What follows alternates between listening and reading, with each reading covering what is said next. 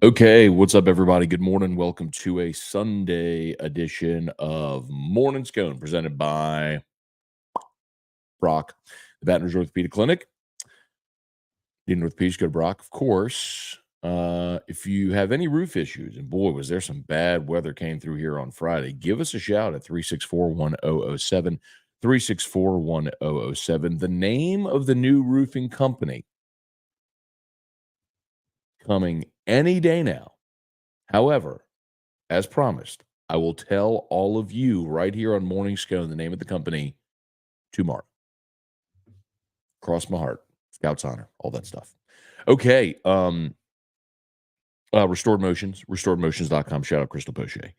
I need to see Crystal. I am currently sitting here with a heating pad on my back and slept. The reason I'm so late today is I took an oxycodone last night because I am in so much pain in my back. Slipped the disc. It's when that happens to me, it's completely debilitating. And we're just going to soldier through here. Just took 4 Advil and got a heating pad in my back. So we're going to get through this, you and me, together this morning. Okay, we'll say some good mornings. How about this? LSU baseball, they beat Texas A&M, win the series over the number 1 team in the country, going for the sweep today here on Sunday. It looked ominous at the beginning. Luke Holman walked 3 hitters in the first inning, gave up a 3 spot. Holman, the most walks he had had in an outing all season were his 5 at number 1 Arkansas. Holman don't walk guys, so to walk 3 in an inning certainly was an outlier, but that was it for Texas A&M until they scratched one across in the ninth. What a performance by Luke Holman, not having his best stuff, giving up a 3 spot in the first, and still getting you through 5 on 102 pitches. Um, he he walked 5 on the day, so it matched his season high, but he struck out 10 and only allowed 3 hits. I mean,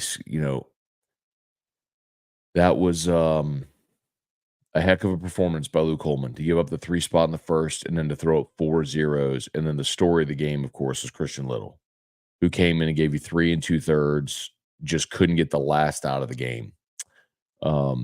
Struck out 6, just uh, threw up 3 zeros in the 6th, 7th, 8th, and then went out there in the ninth and uh, gave up the leadoff single.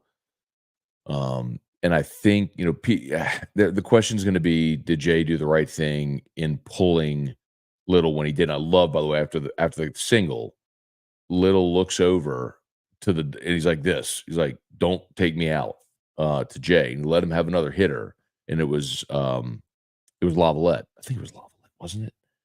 Um, yeah, it was Lavalette because Montgomery's third, and he didn't let him face Montgomery. But right, am I remembering this right? Hang on one second. I want to get the sequence right. Just let me because um, okay.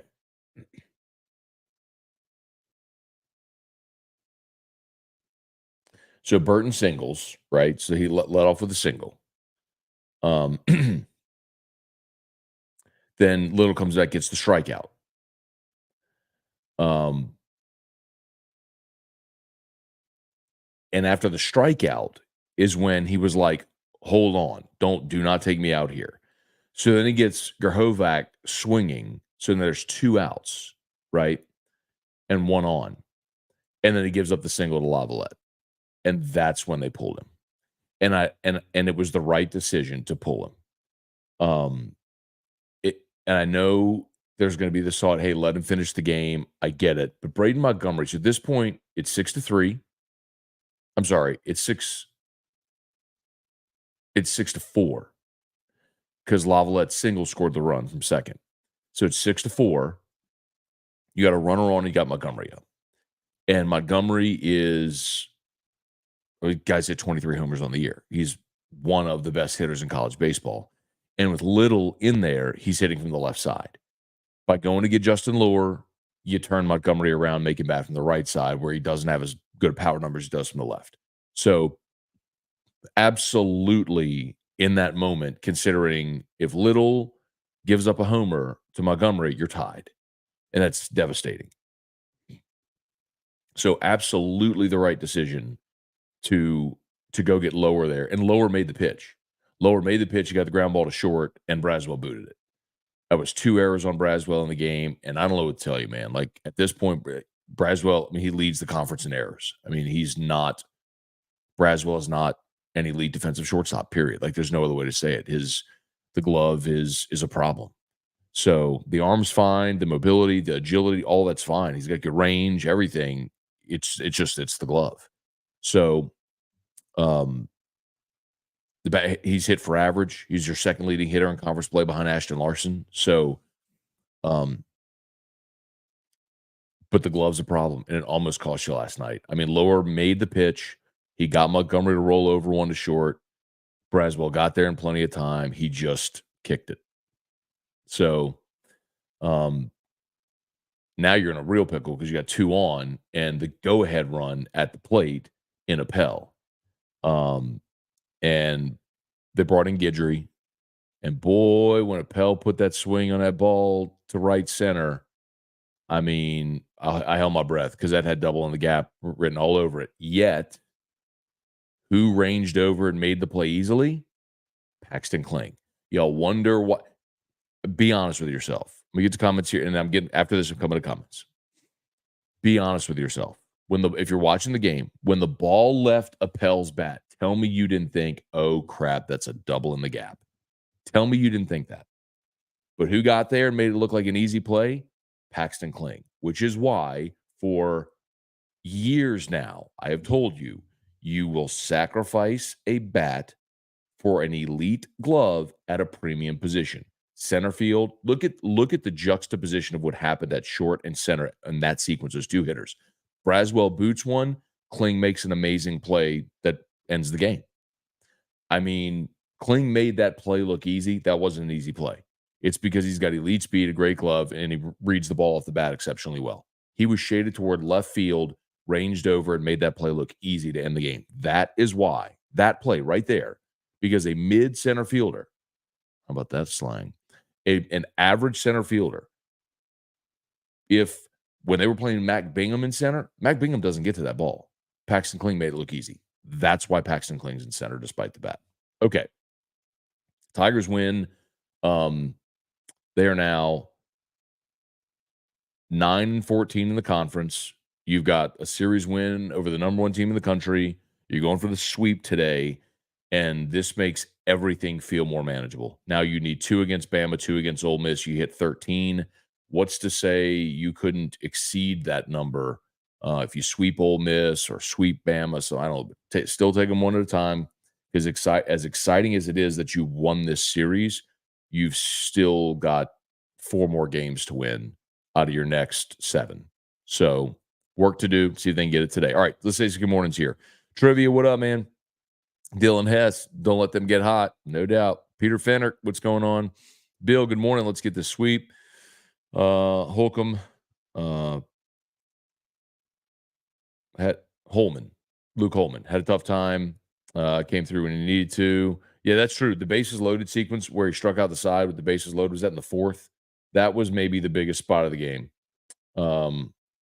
Yes. That was when Camarillo singled to shortstop. Wild pitch, Sorrell walked, Chestnut walked. He had the bases loaded, and he struck out the side after that with the bases loaded. Incredible. And all 3 swinging, by the way. That was just a massive spot in the game. James Charles, good morning. Any day now, number 37. It's not 37. Somebody, I think it was Matt Plavital, went and counted last week. It was like 18 or something. Cortland, what's going on? Joseph, what's up? Sean Dixon, anyone catch Musso doing his best T-Bob last night? Yeah, so Musso was at a wedding reception, and so he fired up his Musso at the box live post-game stream from the reception. I did happen to watch, and he was about 6 old fashions deep, and peak form for Muse. Uh, it's the funny thing is, what's up? What's up, Jude? Sweet, please, yeah, man. Uh, what up, Kelly Gross? Good morning. The funny thing is, whenever you could tell, because I've been there, when you're doing a live stream and you're inebriated, um, we know I've been there, um, and you're doing your best to not sound drunk, and you think you're doing good, but then when the sober people on the other side of the screen are watching, they know they know, man, this dude is so that was I could empathize with Muse yesterday because I was like, he's doing his best to not sound drunk, but man, he is gone. That was so good. Doug, what's going on? Looks like Little is back to what everyone expected him at some point in his college career. You know the thing, Doug, with Little, he's had moments like this during his time at LSU. I think last week when he pitched so well, I referenced the Kentucky game a year ago. He started Game 3 against Kentucky last year, and he went 9 up, 9 down, looked awesome. And then in the fourth, he walked 3 hitters and got pulled. So, um, another reason why I don't blame Jay for going to get him in the ninth. He extended beyond 60 pitches. That was definitely the most pitches he's thrown this season. Anyway, so I don't need to look it up, but just so the point being, is fatigue setting in? Like, you started to see some of his pitches sink into around the 87, 88 mile an hour range. Um, you didn't want him out of fatigue to make a mistake to a guy like Montgomery. Um, but yes, point is, this is the most, I think, I want to check. I think that's 4 consecutive, like, really good outings for Christian Little now. And that's the thing. Like, you'd see it in spots with Little, and you go, "Oh, that's why everyone when he was 17 thought he was going to be a first round draft pick and blah blah bloop." Um, let's see. Yeah, so he hadn't allowed a run in his last 4 outings. So that run he gave up in the ninth was the first time he's allowed a run in 5 outings. So it went an inning in the third against UNO, 2 innings against Nichols, then he did it in SEC play. 2 innings against Auburn, inning and 2/3 against Auburn, and then 3 and 2/3 last night. So you're also seeing him start to extend his pitch count. Yeah, 64 last night. Prior to that, the most pitches he had thrown this year were 39 against North Dakota State on March 13th. So, like, yeah, he had almost doubled his high pitch count of the season. So, but yeah, what you're seeing from him now is you're seeing he's stacking good outings, which is very encouraging. Barry, what's up? Devin Kelly, good morning. Austin Kidder, good morning. What a win. Christian Little's comeback has been fun to see. Looks like he's simplified his windup and delivery, confident out there. But he's definitely confident. Um, when you can locate all your pitches for strikes, you're dangerous. When you can reach back and grab 97, Adam Fontenot wasted Musso live reaction last night. Looks like Yeski unlocked Little. Yeah, Cortland, I mean, maybe so. Maybe that's a fascinating question to know. Like, what has clicked in the last 5 outings for Christian Little? Maybe that's something only Christian Little can answer. Um, I don't know if he'd answer it, uh, honestly, or I not say he would lie, but maybe he just or confidently. I don't know, but it's whatever it is, it's worked. If they change something in his motion, if it's just repetition, if it's just comfort, I don't know. Red Gidgery, someone needs to check on Musa this morning. Also, E-Rock thinking Star Wars characters were real was comedy gold. We did that yesterday on May the 4th.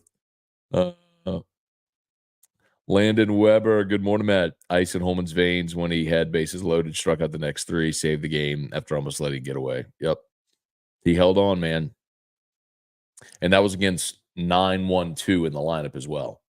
So, I mean, he loaded the bases with 6, 7, 8 in their order and then struck out 9-1-2. I mean, that was a huge moment. I mean, I haven't even mentioned yet, but how about White and Jones going back to back to get you in it? How about Alex Milazzo getting you the insurance and Tommy White, but Milazzo had to get it first.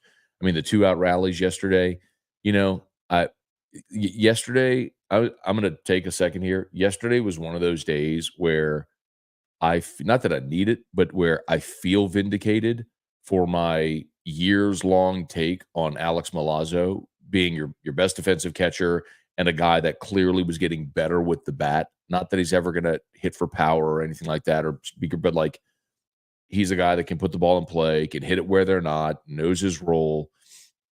And again, if you're going to be an elite defensive catcher, at elite player at premium position, I'll sacrifice the bat. And you saw it last night, and obviously they put Kling in to pinch hit because they wanted to go righty lefty. And you had an opportunity for a sac fly there, and he got the ball in the air. He just got it too shallow in the right. But then Milazzo came through. So hat tip, man. Hat tip to some of your vets yesterday who got it done. Jordan Frizzell, Matt, I remember you saying LSU would sign at least 2 DLs in the portal that change over time. I said they would sign at least 1, maybe 2, and they've signed Gio Paez. What I was told when they signed Bo Davis was that he had 2 silently committed to him, but maybe that's underclassmen, not portal, or like high school prospects, not portal. We'll see how that goes. But if you go back, I very clearly said minimum 1 because I was told they'd get 2. And I really feel like they felt that they were going to get another one in this spring portal cycle. And Dominic Williams going to Oklahoma and Simeon Barrow going to Michigan State. I talked about both of them on yesterday's episode if you want to go check out that info. But I did have a few long conversations on Friday with, let's just say, people closely associated with LSU's collective. And no, it's not Gordon McKernan.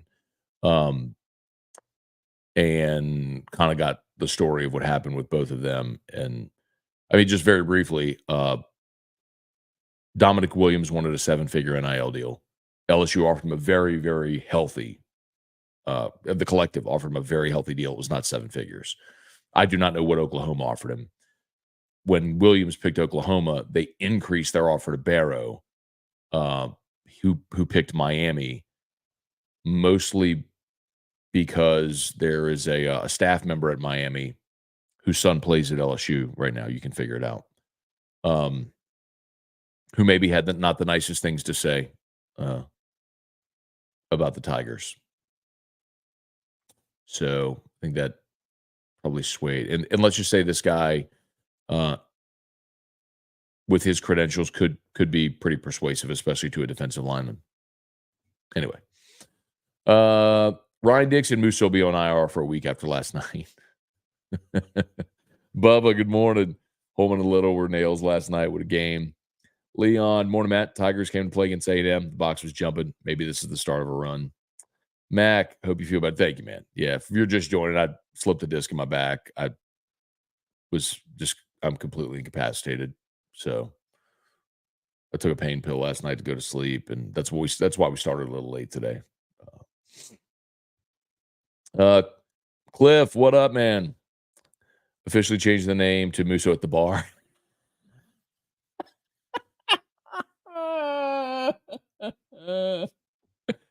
That better be the most viewed episode of Musso at the Box ever. If you've not gone and seen it yet, you better go to the Musso at the Box YouTube channel and watch last night's live stream.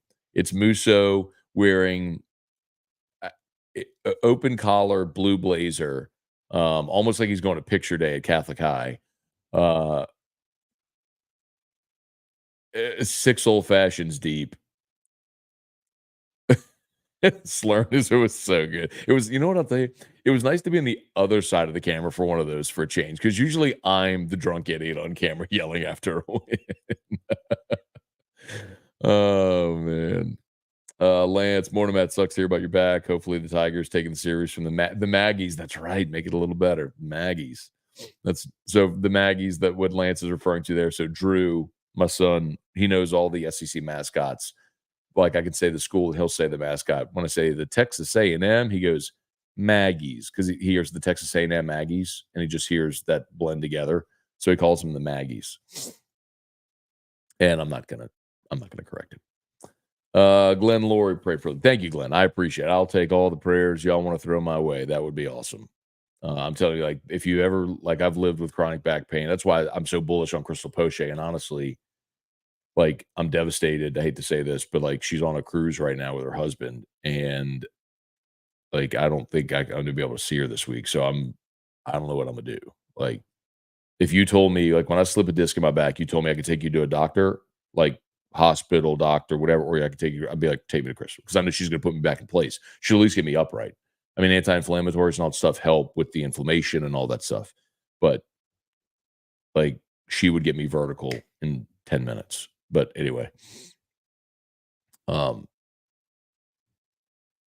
I mean, it's the only thing that I've ever been able to do that's actually given me like relief from my back issues. So I don't know what I would do. Just suck it up for a few days, I guess. Brett, fourth inning was huge. Bases loaded, 3 strikeouts. Yep. Like a freaking goose on the back patio. Blake Morgan, yeah, man. Craig, we're so back. Let's see. Cortland Milazzo is really shining. Um, I think a big part of that too is just it's getting consistent ABs. And look, you know,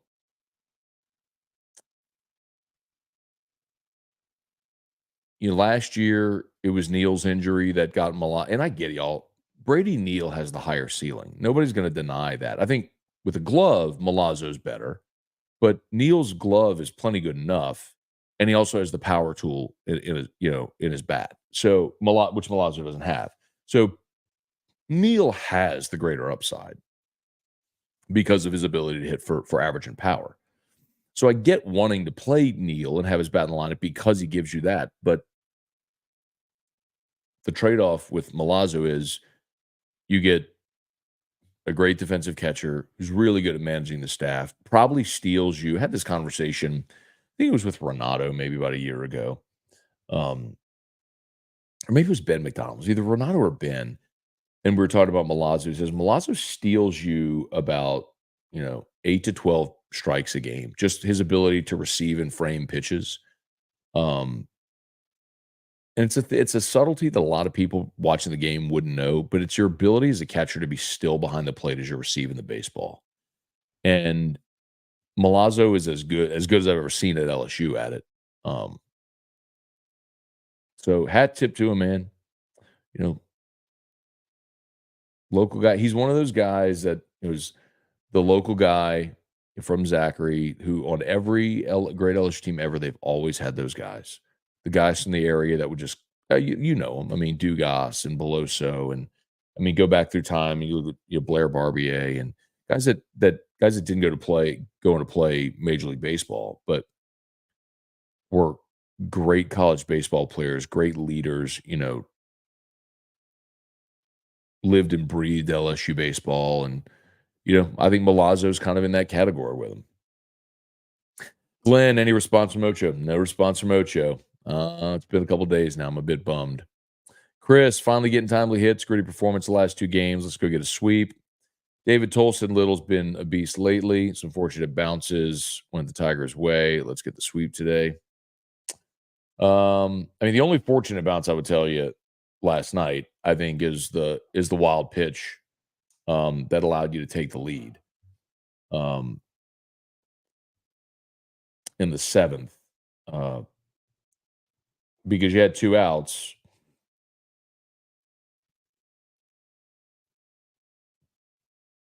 And Milazzo walked. I mean, like, seriously, about Al. I mean, just patient approach at the plate, earned his walk.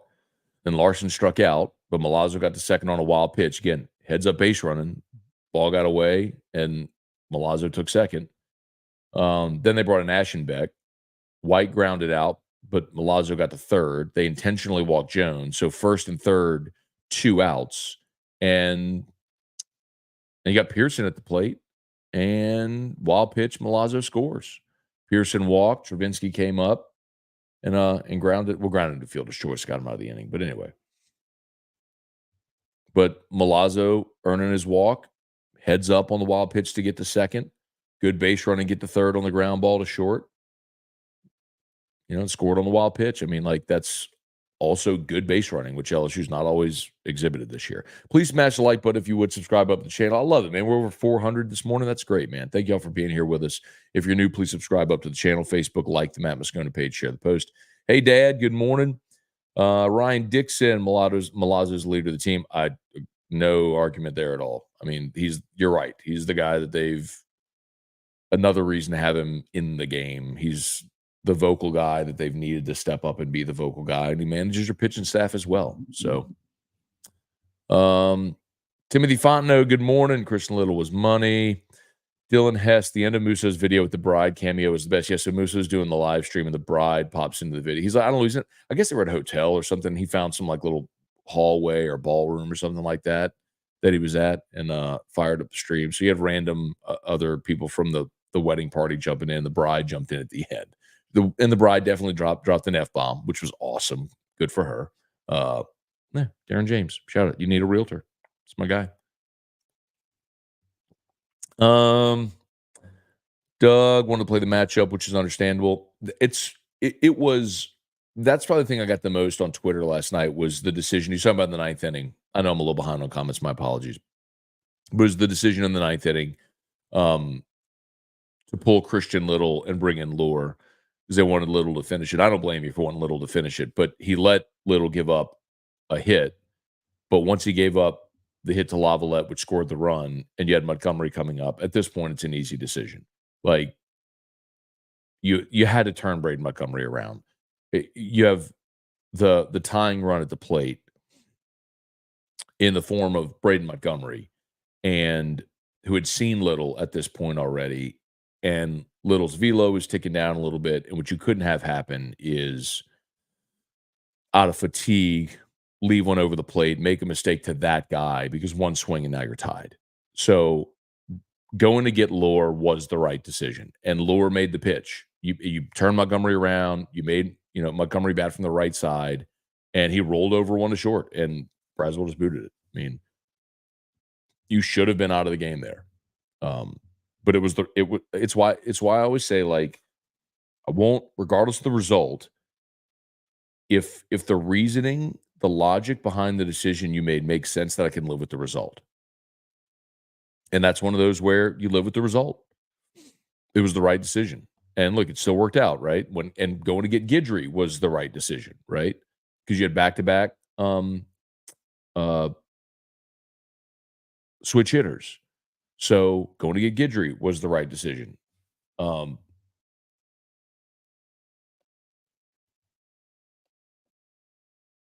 Sorry.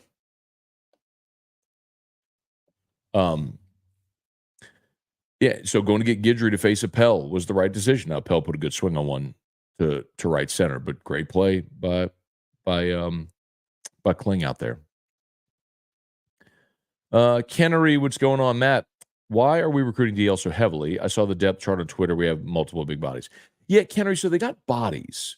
The problem is they don't have experience. So you've got some veteran players, right?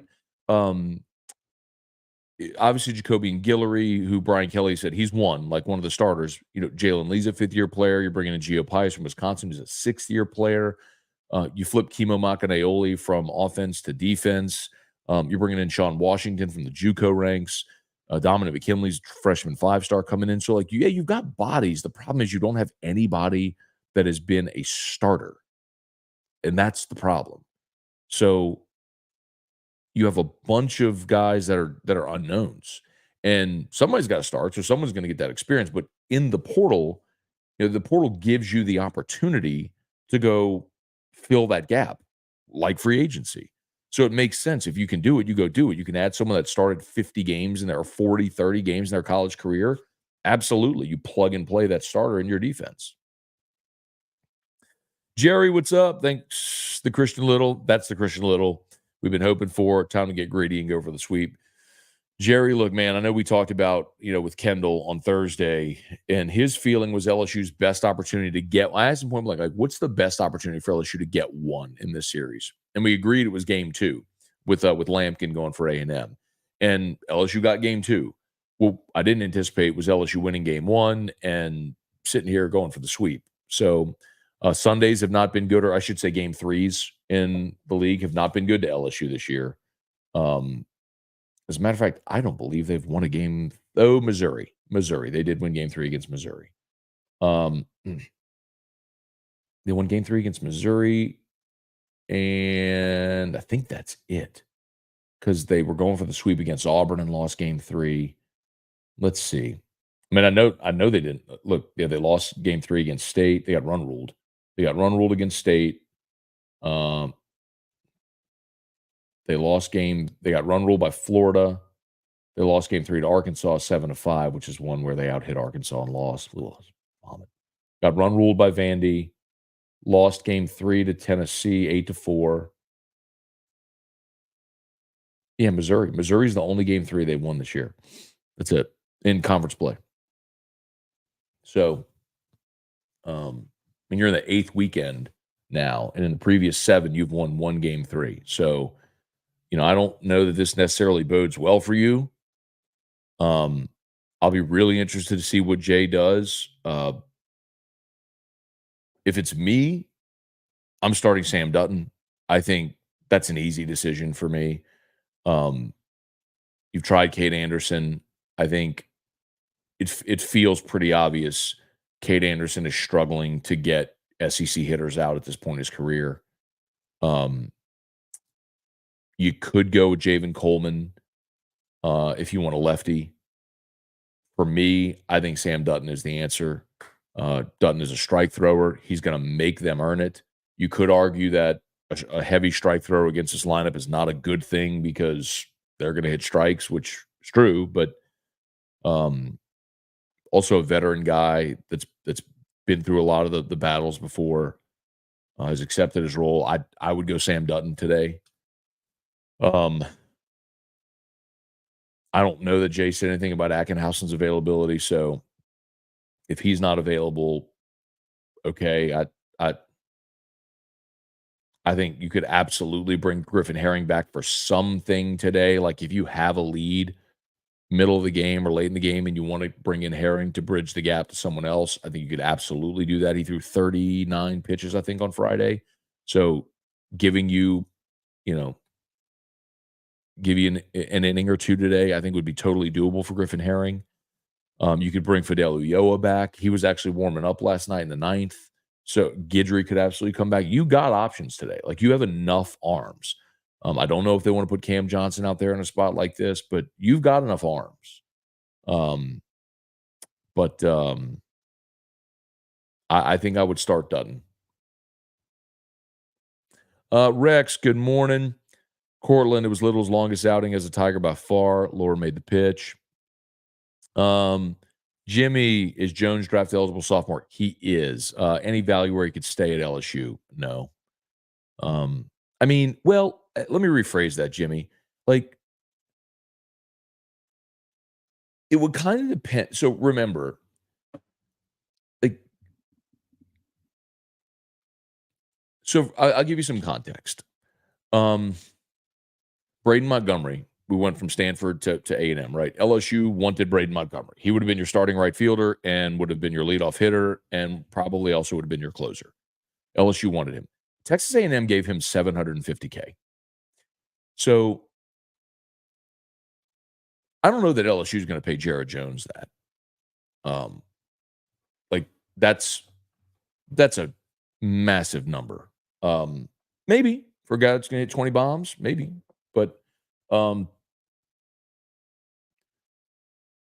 like, let me look at the draft slot real quick because here's what I'm playing in my mind. Could you take a bag this year, play another year of college, and still maintain your leverage? Because what you don't want to do, the reason guys leave early for the draft in Major League Baseball is if you're a senior, you lose your leverage against the team, the leverage of going back to school. The example I always give you is Kramer. Kramer told us this. Like Kramer got less money as a third or fourth round pick from as senior year than he was offered as like a 17th round pick as a junior. Hang on, let me see. And you say, well, how can they do that? Well, they can because they have a draft pool slot and what they're going to pay. It's different than all the other leagues. So Kramer was taken uh, in the fourth round of 2017. Uh, so in 2016, Kramer was taken by the Indians in round 32. The Indians offered him more money in round 32 than the Cardinals gave him in round 4. Okay. So, point being, when you come back for your senior year, you lose all leverage. Even when you're a great player like Kramer and goes in round 4. So if Jones comes back, he could return, and because he's a draft eligible sophomore, he'd still maintain his leverage because he'd be going into his junior year, right? Um, but it's like, could you get enough money at LSU to make staying another season worthwhile? And signing a year later. Maybe, but then it depends on like what the difference is and how high you think your ceiling is. Like Jones is a great power hitter, but he is a one-trick pony. Like he has he is a power bat and that's all. Like when you talk about the 5 tools, the glove, the speed, um, the arm, hit for average, hit for power, like he's got the power tool. He's a first baseman. That's what he is. He is at the next level, the big dude that's going to stand on first base, catch the ball, and slug homers like that. He is a one tool guy. That's it. So I guess he could eventually hit for average maybe, but um uh so like how valuable is that in the draft? You know, it's different when you got a guy like Tommy White who can hit for average, who can hit for power, and has shown you this year very clearly he can play third base at the next level. So he's got the glove and the arm. Like he's a Tommy White's a 4-tool guy. What he doesn't have is the speed. So that's okay. Not everybody's a 5-tool guy. So is there a scenario? Sure, if LSU cobbled together enough NIL money potentially to get him to come back. But I think the guy that probably has a better chance of coming back in that scenario is Paxton Kling. Of the draft eligible sophomores, is Kling. Because Kling's the guy who can be a 5-tool guy and can be a first round pick. So if he comes back for another year, now don't get me wrong, like someone's going to take Paxton Kling in the top 100 picks. Like if he comes out, he will be a top 100 pick. He will be a top 3 round guy because of what we just said. He has all the physical ability, and someone's going to say, all right, we're going to put you in double A and rookie ball and then A. We're going to let you work your way up and refine it, and maybe he takes the money, or maybe Kling comes back and says, let me do another year at LSU. Get my degree, play in the SEC, play for something meaningful, play in front of fans, fly private, do all that stuff, and make a little NIL, and then go in the draft next year and potentially be a first-round pick. Like that, it makes more sense, I think, for Paxton Kling to come back than does Jared Jones, because I don't know how much more Jared Jones can increase his stock, if that makes sense. Let's see. Laura did exactly what you want. Yeah, for sure. Bradlin, what's going on, man? All right, appreciate y'all for being here with us. Y'all smash the like button if you would. Subscribe up to the channel if you're new. Facebook, like the Matt Moscona page, share the post. Peter Love of Braswell brings the plate, needs to put it together defensively. Yeah. But that's another one that's gone after this year. So, what up, Braden LaRussa? Good morning, dude.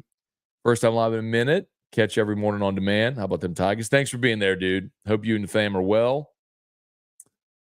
Prods up 96. Morning, Matt. LSU baseball lineup is almost perfect. Wondering how Jay will balance offense and defense with Kling, Bingham, Neal as examples of being in the game at key moments. Well, again, like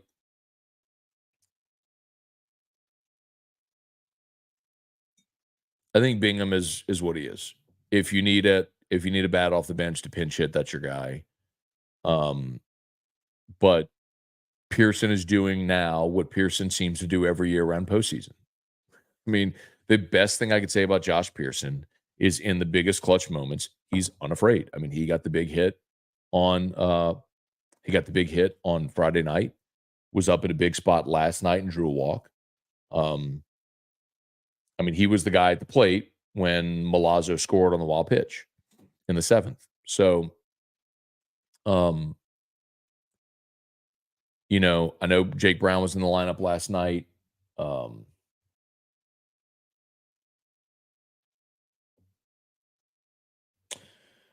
uh, hang on.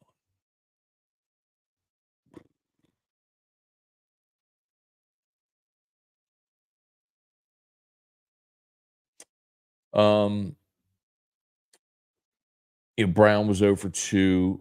Brown draw a couple walks last night. No, he didn't. That's right. Oh, that's right. And then Fry pinch hit for him, and then Kling pinch hit for Fry. That's what happened. Um,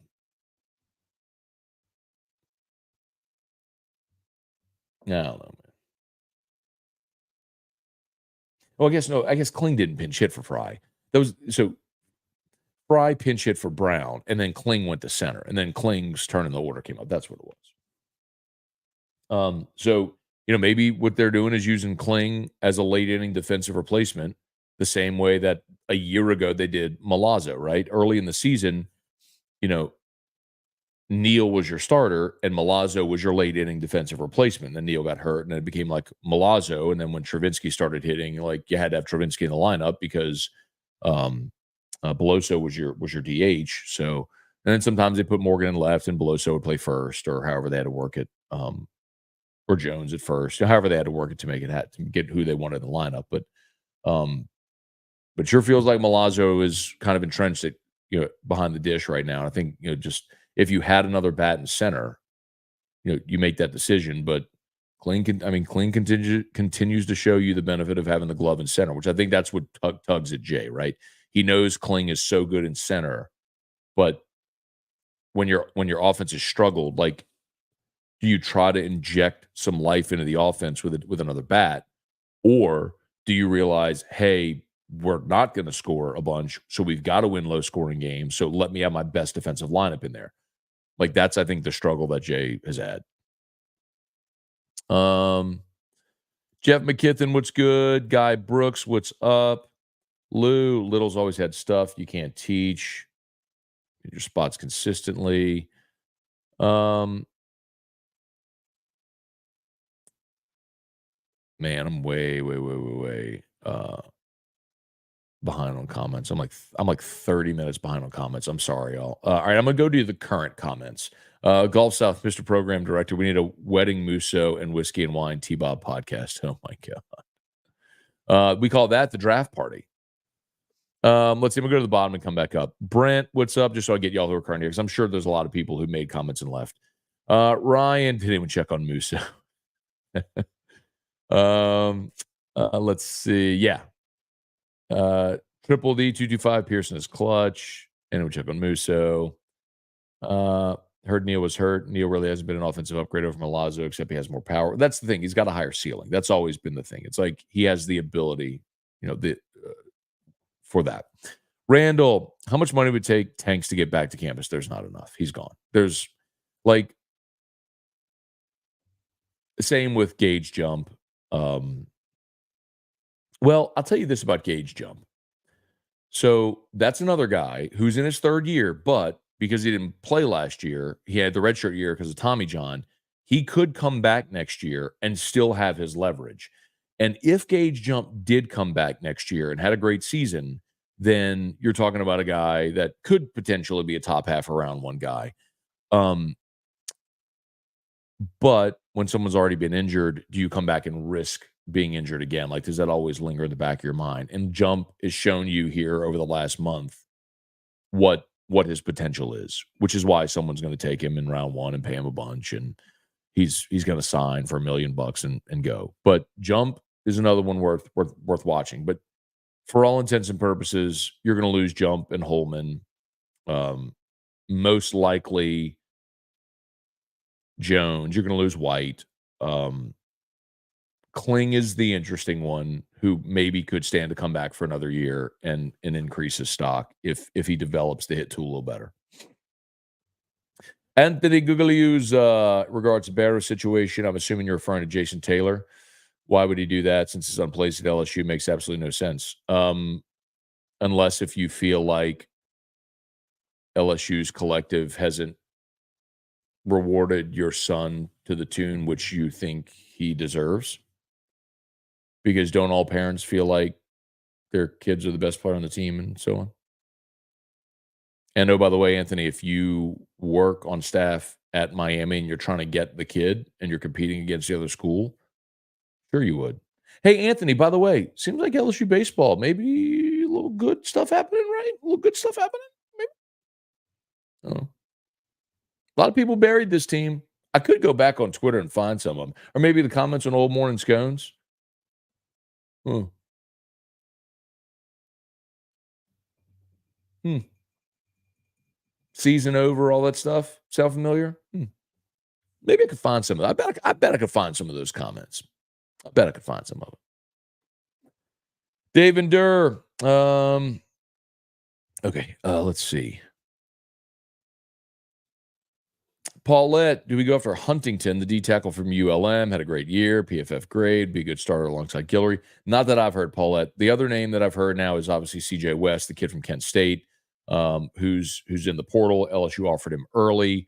Um, what I was told on Friday is it's probably full court press towards CJ West. Now, the problem with CJ West is he's got some academic issues. I did have that conversation on Friday. They're hopeful that they could get him eligible for August. But that's probably your next target. Jimmy, use Cam Johnson as an opener unless you're resigned to the fact he'll transfer at the end of the season. Cam Johnson's not transferring. Not that I've heard in any way. Bob, good morning. I'll tell you the one down the stretch worth keeping an eye on is Chase Shores. I've been told that Chase Shores could pitch right now. However, Jay is using an abundance of caution, which I don't blame him, and I think that is the right decision. So I want to be very clear about that. You have a kid that throws 100 and is coming off a Tommy John. Yes, you absolutely use caution. Here's the thing also that I think Jay's weighing in his brain a little bit is if Shores doesn't pitch this year, then he maintains an extra year of eligibility. But I've had enough conversations with scouts who all say the same thing. Like Chase Shores is not going to be on a college campus for a fourth year. Like he throws 100. So he'll come back next year as a redshirt sophomore, his third year. He will be draft eligible. He will throw. And then after next year, someone is going to pay him millions of dollars because he throws 100. So if you're Jay and you're thinking, let me maintain the redshirt year of eligibility so I can maybe get him for a fourth year, that's just not going to happen. Like Chase Shores isn't going to be on a college campus for a fourth year. So the point being, if you can get even one pitch out of Chase Shores this year, you do it because you're not going to get him for a fourth year. That's one, as we move down the stretch, that's worth watching. Like, do they start to try to work Chase Shores in? Like, maybe, I don't know, by the way, I'm telling you candidly, like straight up, I don't know what Jay's going to do. But like, do you give him an inning in a midweek this week against Northwestern State? If it goes well, do you give him an inning next weekend against Bama? Do you start to build a little? So, hey, babe.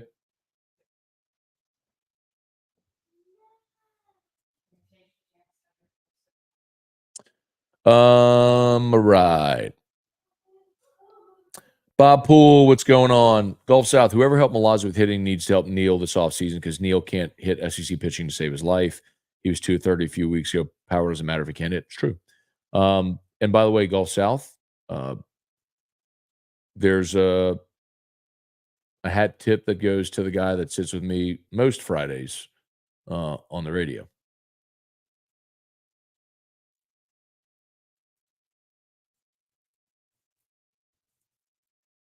It's one of the reasons that 2 years ago or last year, I made a prediction that Milazzo offensively would be a better player because he was out there working with Terrio and they were working on going up the middle and going the other way. And that's something he's cut down the strikeouts. And where did his hit last night go? Bleeder up the middle. Do what you do. And I'm serious, like, Terrio works a lot of those guys, and he's like, he is a great. I'm not even joking, like, Ryan Terrio, they call him the hit doctor, like, all jokes aside about Terrio, he is a great, not a good, a great hitting coach. It's his ability to explain hitting in a way that anyone can understand and make you relax. I've watched him. I mean, I've watched him work with guys. It's really impressive. Like, he is a really, really good hitting coach. Um, he might be working with another freshman right now who's gotten a lot of playing time this year. Stefan, Little lived with his cutter last night. I'm here for it. Bro, I'll tell you what, man, he was dotting his breaking ball, though. I mean, he kept his breaking ball away and was dotting it. It was, God, it was so impressive. Dane, good morning. Do we make a change in shortstop? Or Dana, who do you put in, Dana? Like, that's the problem, right? I mean, Braswell is your second leading hitter in SEC play, and who do you put there? I mean, your only other option seemingly would be to move Milam to short and put Pearson at second, but I don't think you're making that change right now. Again, on a team that's really struggled offensively, he's your second leading hitter in conference play. So, I mean, if he were hitting 250 and leading the league in errors, yeah, absolutely. But I mean, he's hitting what, 350 in conference play? You're not pulling him, you know? Little did comment he was getting tired. No doubt. You could see the velo dripping or dipping. It's a dead giveaway. And then when he reared back on an 0-2 pitch to try to get the strikeout, and he threw it 97, it was like way up and away. You could tell he just lost his command at that point, or was losing his command. Good way to put it. Dane, what up, my dude?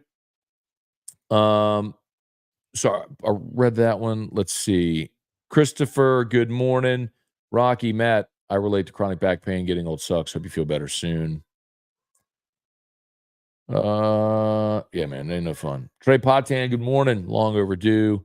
Tom Granning, what's up, man? Michael Thacker, I know the collective is making the money offers, but are the coaches directing who gets what? In a sense, yes. Like, all right, who's the priority? I mean, they stay in communication. So it's like, all right, who's the priority? What do we have? That sort of thing. Yeah, I saw this, Bill. Good on you for mentioning it. So Brian Hernandez, the jockey who won the Kentucky Derby, the jockey aboard the horse that won the Kentucky Derby, I guess I should say, is from Lafayette. What a finish, too, man. But a 3-horse photo finish. I mean, by a nose. Wild.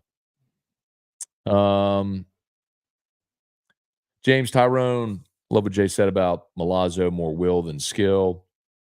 Jimmy James, I swear by the foam roller, stretch out the back. I have a foam roller, two actually. One that's the flat one that's the indented one.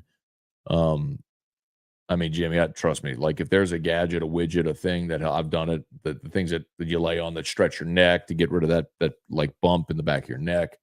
I have this like frozen ice roller that you can lean up against something to put on certain spots. Trust me, dude. I appreciate very much the recommendation, but I got a foam roller, like, all about myofascial release. Trust me, dude. I've done everything. I mean, I've done everything you can imagine. Acupuncture, I've done everything. Craig, had to see Musso at the box after all the talk. 2 seconds in, and boy, Musso is casi. Bart, Neil strikes out more than Milazzo does as well. Milazzo has cut down on the strikeouts. That's been the biggest change in his game, is he puts the ball in play. He's a more confident hitter, and I'm telling you what they worked on was letting the ball travel, getting more information the closer the ball gets, and going up the middle and going the other way. Because obviously, the closer the ball gets to you, you're not going to turn it around. You're going to be going other way and up the middle. So look at where Milazzo's hits go. They all go to right field or up the middle. It's very rare that he pulls the ball anymore.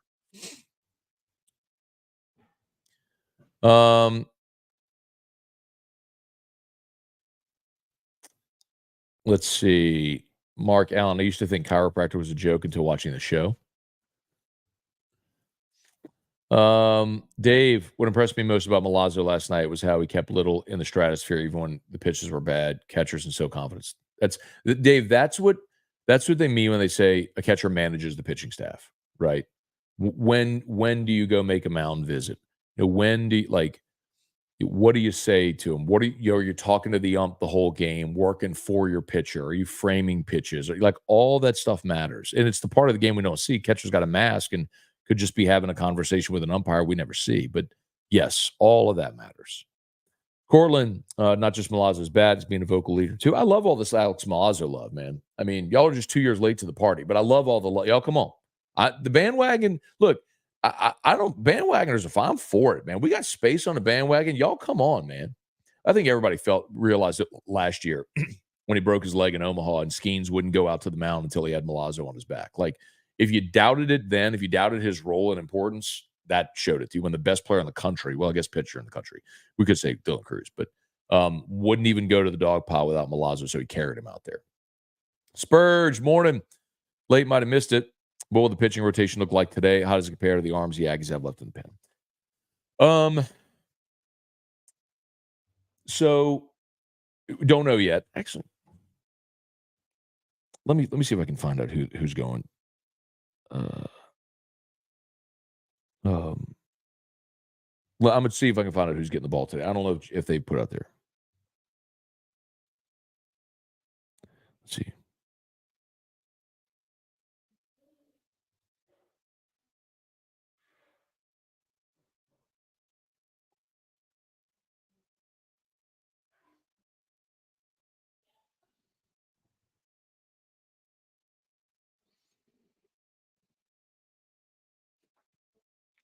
All right, let me see if I can get who's starting. But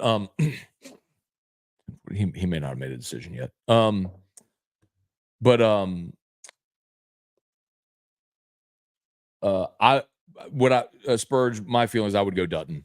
Dutton's a strike thrower. He's a veteran guy. He's been really good for you out of the bullpen and conference play since really he got his first action against Tennessee. I mean, you got Dutton, you got Coleman. You could go Cade Anderson, although I don't think he's going back to Cade Anderson in that spot. So we'll see. We'll see what he elects to do. We'll see if I can get an answer here, and if I do, I'll let y'all know.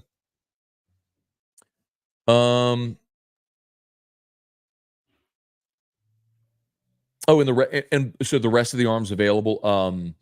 Yeah. So the ones I just mentioned, you could go Dutton, Coleman. You could absolutely bring Ulloa back. You could bring. I think you could absolutely bring Griffin Herring back. He threw 39 pitches the other night. Oh, really?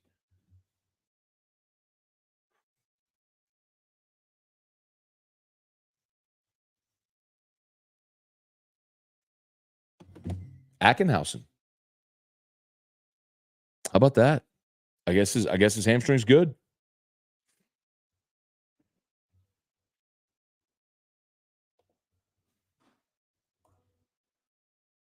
Wow. Okay.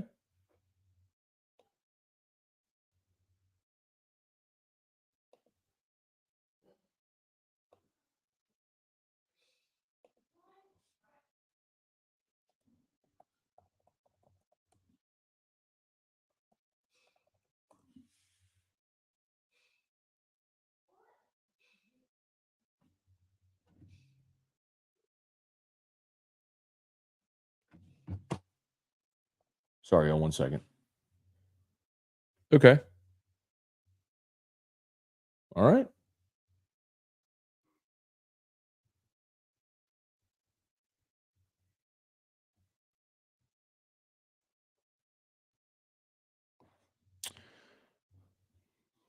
Ackenhausen.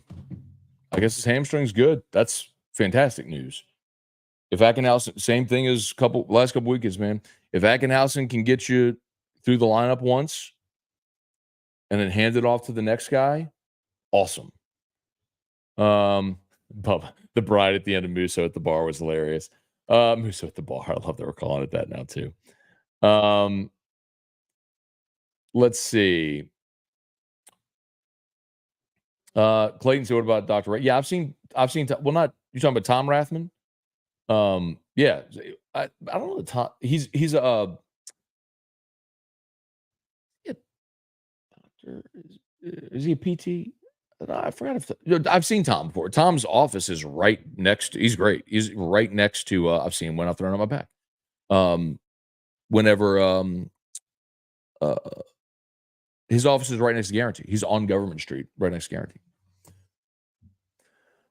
Um, I'm just telling y'all there's nothing I've ever done that's get the reason I'm so bullish and tell you all about Crystal and why Restored Motions is here every day is because there's nothing I've ever done living in back pain the way that I do chronically that has ever given me the type of relief that her techniques have, period. Like that's just and you're talking to someone that has tried everything. And by the way, like I'm a paying client. So anyway, that's what I tell you, man. You live in pain, whatever you got, arm, neck, back, feet, whatever you're living with, and you're thinking, oh, this is just getting old, this or that. I'm telling you, like, there's a way. And my biggest problem is whenever I stray and I don't like I should be going there at least once a month for maintenance. And my problem is I'll, you know, feel good and then go stretches where I don't go, and then I slip something again. But I should be there consistently just for maintenance.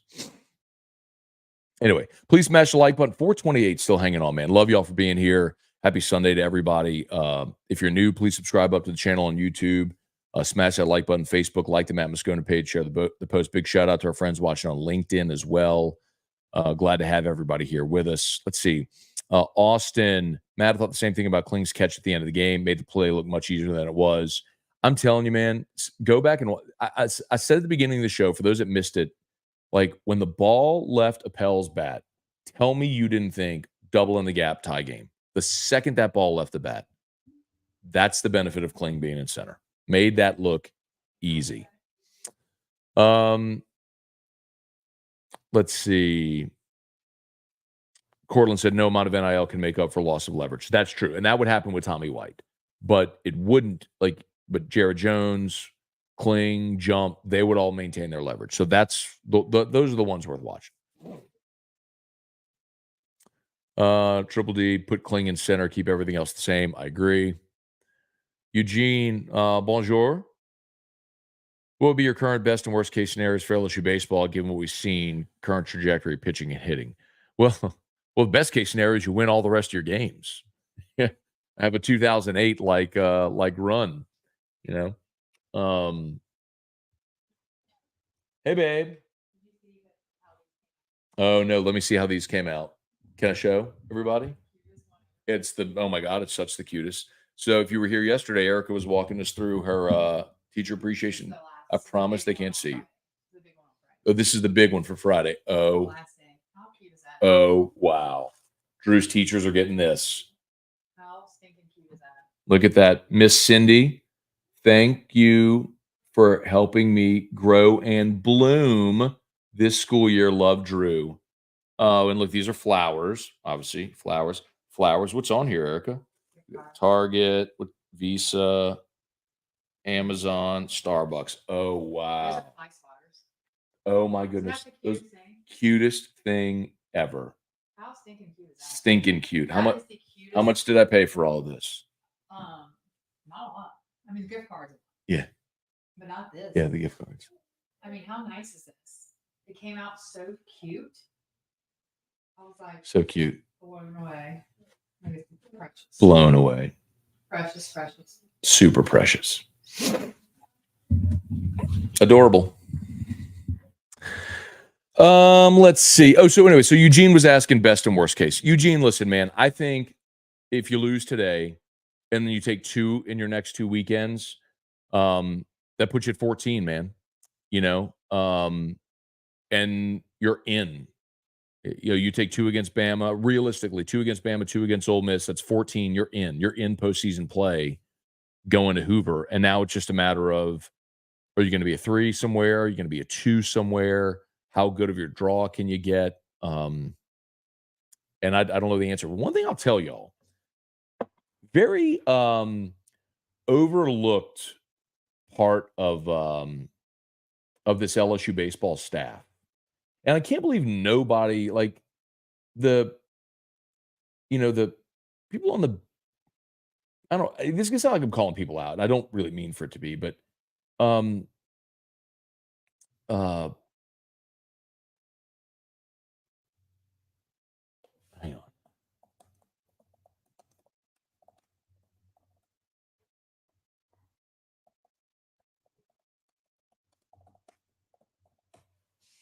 Um,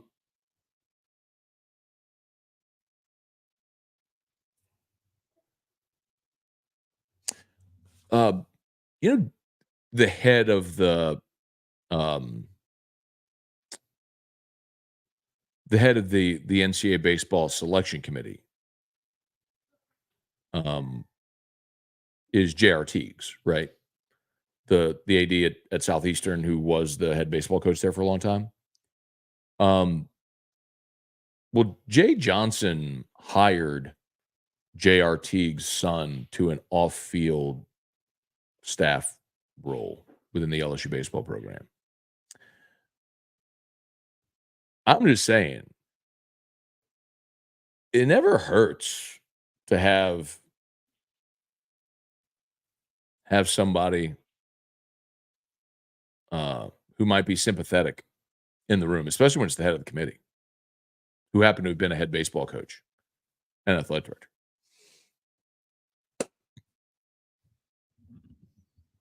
I mean, maybe LSU really wanted to play Kentucky last year in that draw in the Supers.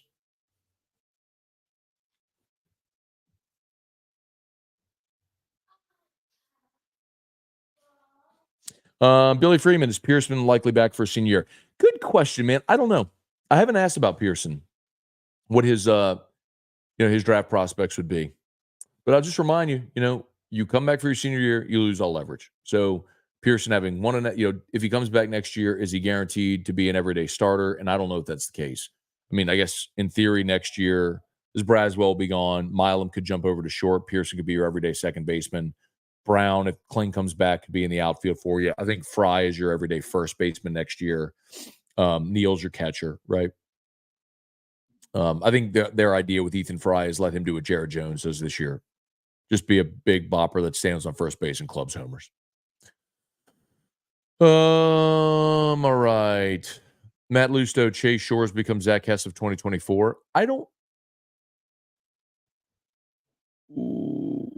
I mean, Hess was a great bullpen guy. But Hess never had Tommy John, though. Hess was a great bullpen guy that they tried to make a starter in 18 and ultimately moved him back to the bullpen. I don't know if I get the correlation totally. I think the better example is Renato in 2008. Renato was on the shelf for all of 2008. Then they brought him back late in the season for that postseason run. Like that's more the example. Philip Gardner, according to LSU's website, Shores is listed as a redshirt freshman, so no need in trying to save him this entire season. Well, that's the point. Like that's my point. Like you're not going to get like Shores was a true freshman last year. This is his second year, but he's redshirting this year, unless if they use him. Which my point is, you're never getting Chase Shores to stay 4 years on a college campus. So if you can get even one pitch out of him this year, you do it. Charlie Cavell, what's going on? Let's get Kling to traction in the offseason. Carter 4, great win for the Tigers. Maybe we can say hi at the right time. Send Kling to Terry. The hit doctor does work, man. I'm telling y'all.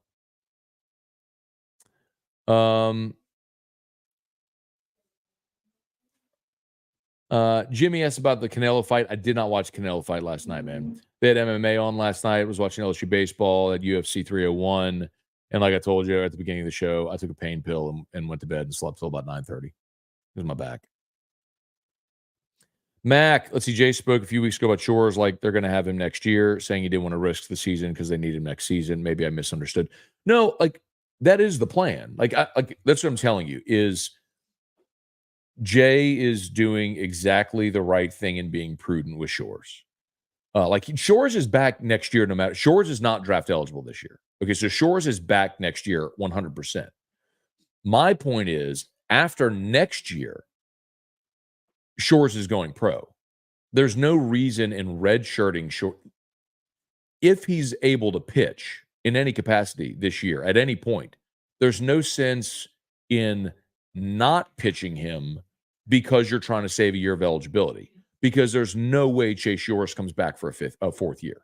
Like he throws 100 after next season, he's going pro and he's going to be a millionaire and all that stuff. So the point is, there's no sense in saving this year as a redshirt year because it doesn't matter if he has the leverage or not. Whatever. After year 3, Shores is gone. As soon as he is eligible to go to the draft and sign a pro contract, he's going to go. Okay, Brandon Garner, the horse owners are from Shreveport. That's cool. Very cool. Love the Louisiana tie.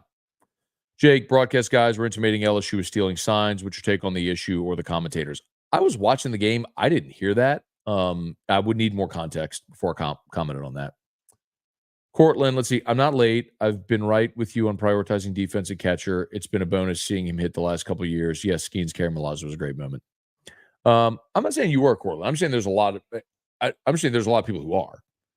Charlie, young players today don't get the message that nothing good comes from striking out, but the whole Moneyball mentality and hitting gurus preaching launch angle and loft. Strikeouts have become acceptable, simply wrong, bad advice. Yes, Charlie, agree with you all that. I don't know that that's the Moneyball approach, though, right? The Moneyball thing is all about how do you score runs? It's like you need guys to get on base. You don't get on base by striking out. It's more like the way that MLB has gone. It's not Moneyball approach. It's that they value the 3-run homer. So the mentality in Major League Baseball, which is why you see strikeouts at an all-time high right now, is I'll take a 1-for-4 day with 3 strikeouts if the one is a 3-run homer. That's the mentality. And I agree with you. I hate that.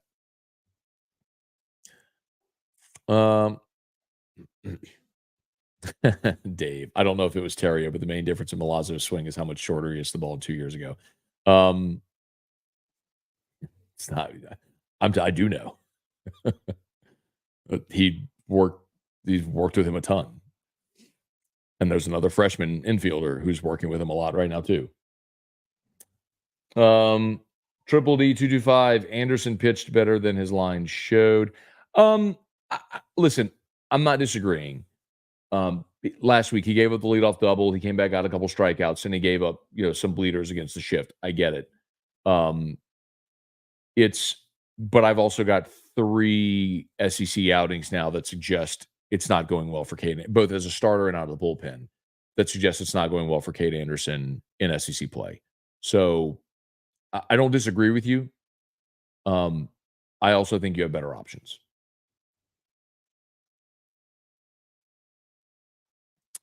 Yeah, thank you, Dylan. That's one I should have mentioned as well. Herd's available today. So, yeah, but I mean, text I got was Zackenhausen.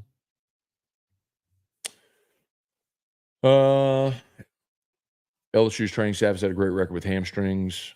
Matt Lusto, are we starting to see the performance of the pitching staff we expected to start a league play? You're definitely starting to see.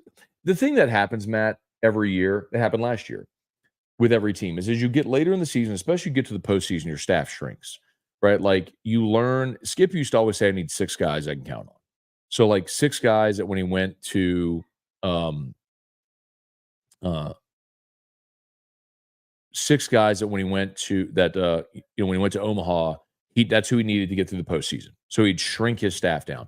I think with the format change now, you probably need 7 or 8, but like you identify those guys, and when they start to be the guys who know their role in certain spots, you're no longer giving guys opportunities to earn their stripes in spots. You know who the guys are you count on. So like you could look at this team and go, okay, we got Holman and Jump and Ackenhausen and Herring. Or 4 you definitely count on. Little's proven he's a guy you can go to. He likes Lore, probably Ulloa. That's 7. Guidry would be 8. Hurd, I think it was 9. And it may shrink even more than that. Maybe some of those guys are just situational, but yes.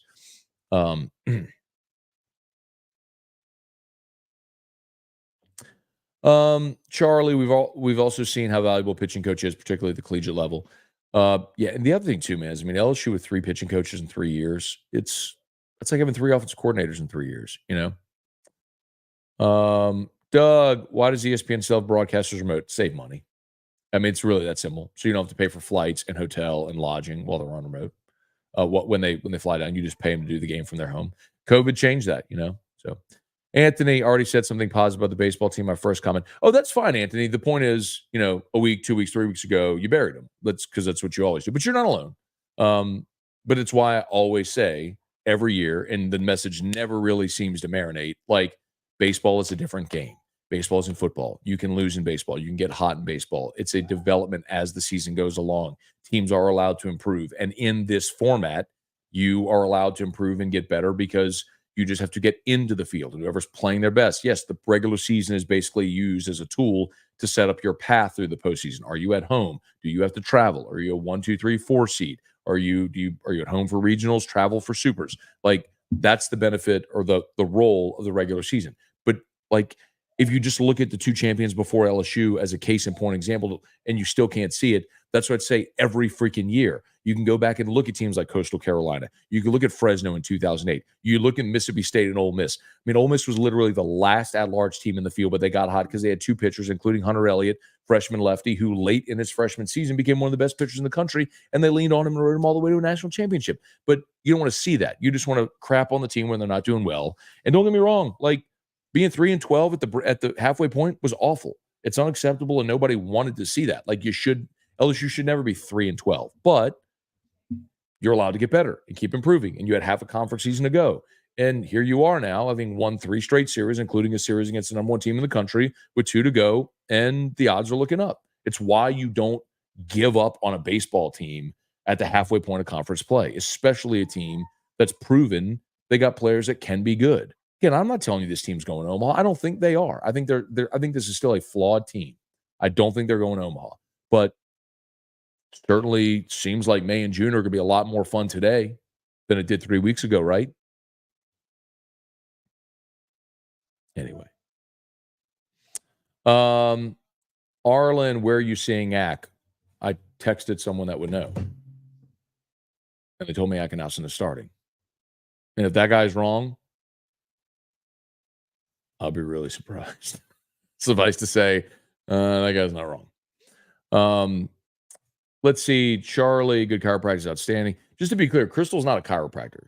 She's a licensed massage therapist, but this isn't like massage, like when you go to a resort. You know, like it's more like myofascial release. That's the closest comp I would give you. But she's awesome, man. Does Crystal take insurance? She does not, Dave. She's cash only. Let's see. Jay said Ack would be a game time decision, and I'm Arlen. I don't know what to tell you, man. Someone asked who they're starting. I texted someone that would know, and this person said Ackenhausen is starting. I'm just relaying the information.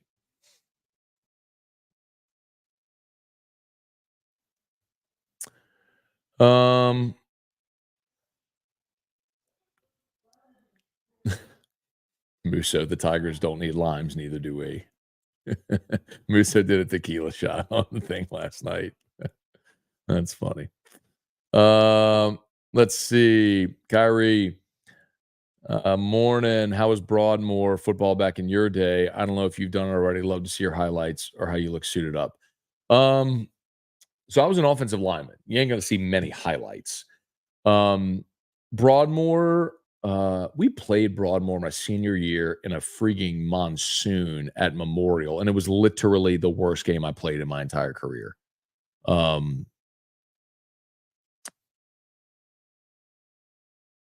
I don't remember the year before Broadmoor was they dropped down to 4A, and at that point, and they went to the state semis when so Ryan Richard, who is a good friend of mine, transferred to Broadmoor. He started at Catholic, transferred to Broadmoor, was their starting quarterback, and took them to state semis. They lose to in the semis. I can't remember. Might have been Curtis. If Curtis was playing 4A that year, might have been Curtis. I don't remember though. But the year my senior year, they were okay, not great. Much better situation than they are now. And if you really care to see, the only game that I played in that I know is on YouTube is the Evangel game from '99. So my senior year was the '99. I graduated in 2000. Was the '99 season. And this is not a Glory Days thing. I'm only answering because he asked. If you go look Catholic Evangel from 1999, this is like the one really neat tidbit about that game. That was the first ever high school football game televised live statewide in Louisiana. And it wasn't because of us, it was because of Evangel. Evangel had Brock Berlin, and they were the number 1 team in the country, and we played them in the state semis at Olympia, and it was packed, and it was a great environment. It was packed when the bus got there. Like, literally, I remember coming down, turning off of Perkins there onto Kenilworth and, pulling up to the stadium. It was already full. They opened up the end zones and had standing room only. We should have played the game at Memorial. We would have filled Memorial, but, Capital Memorial was their home field, and Capital made the semis that year as well. So we each just stayed at our home field. It was a good game, man. They got up 15-0 on us. We tied them at 15.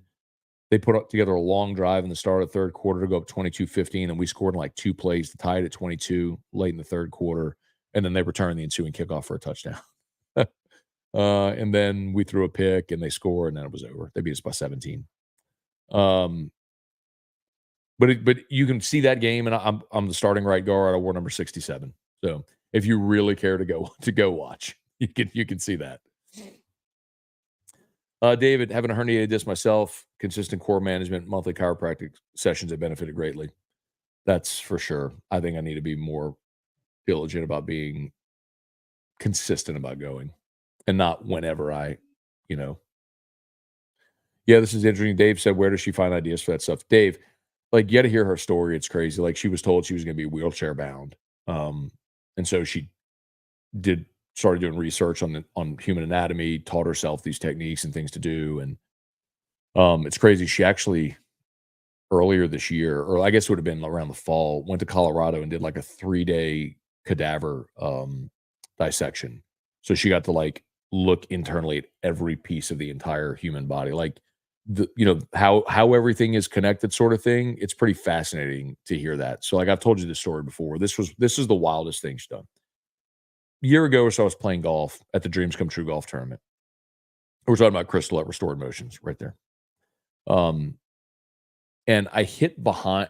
I'm in the fairway with a fairway wood, and I hit behind the ball, and I just caught too much of the ground, and my right arm, my elbow, like, I just feel this burning sensation in my elbow, and then my arm went numb, and I felt it felt like how people describe like when people have a UCL, right?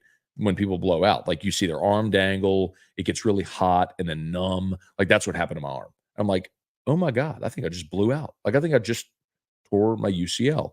Um,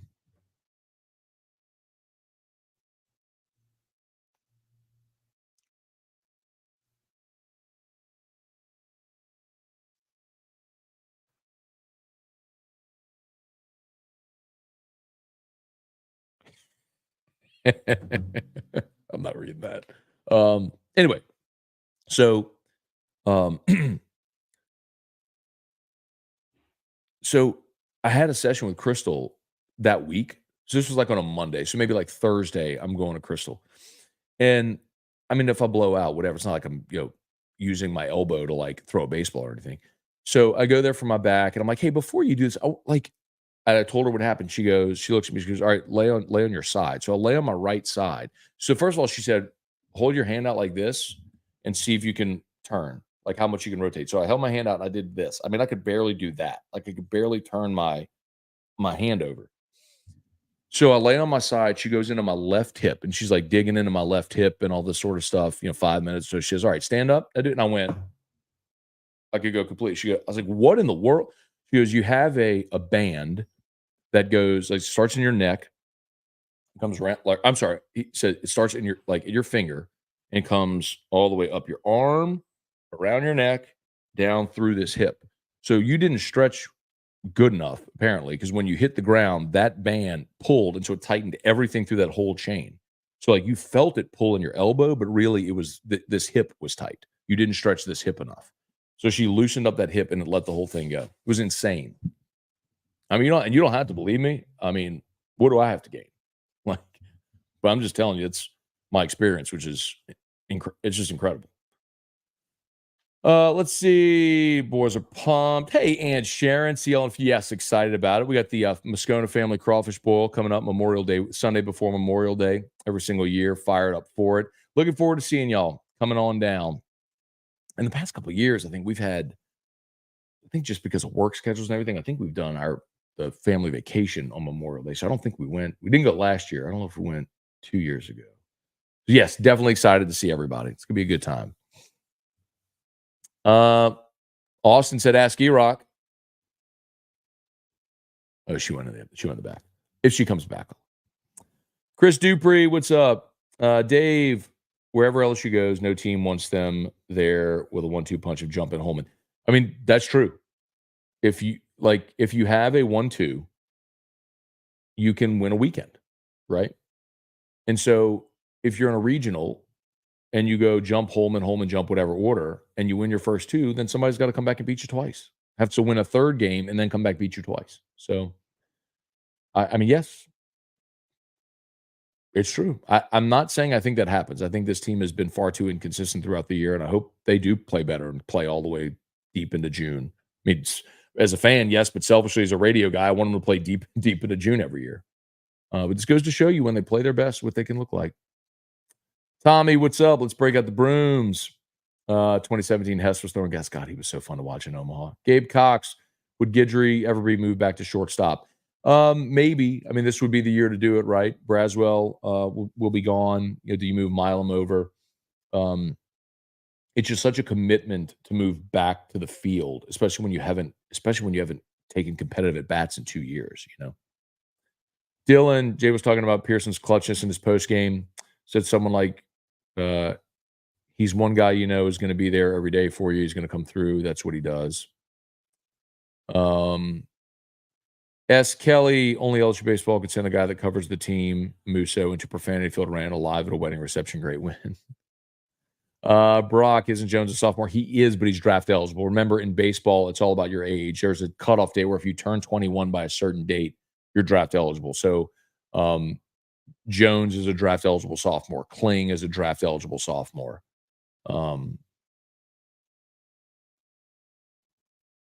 There's one more I'm forgetting.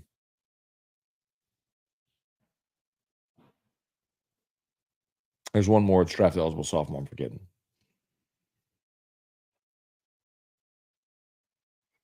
I think it's a pitcher. Who am I forgetting? I'm forgetting somebody. Let's see. Arlen, when's the last time we had a pitcher came back from Tommy John was immediately effective? Coleman knew the past 2 years have looked bad when they came back. Coleman, Arlen, it was interesting too because those guys missed a full year, right? But Coleman was interesting because they kind of worked him into the midweek first and then started to build up a little bit more. And I remember him being effective in the midweeks. I'm with you. Yeah, but my point is, even if you get one out, why not? Because you're not keeping Chase Shores here for a fourth year.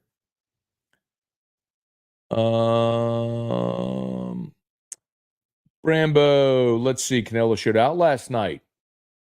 Him and Benavidez. Get to be patient. That'd be fun. Billy Freeman, when they were talking with Schlesinger, that sort of came out. Are you talking about Schlossnagel? The A&M coach? He was not complaining, sits their staff to disguise it better.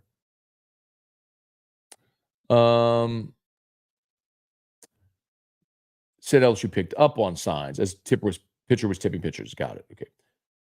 Okay. Schlossnagel. Got it. Thank you for the clarification. Make defense great again. We changed our name back. What a breath of fresh air Milam has been this season. Even when LSU was struggling, he's playing well. Kid's going to be a star. Cool backstory as well from where he came from in New Mexico. Hang on.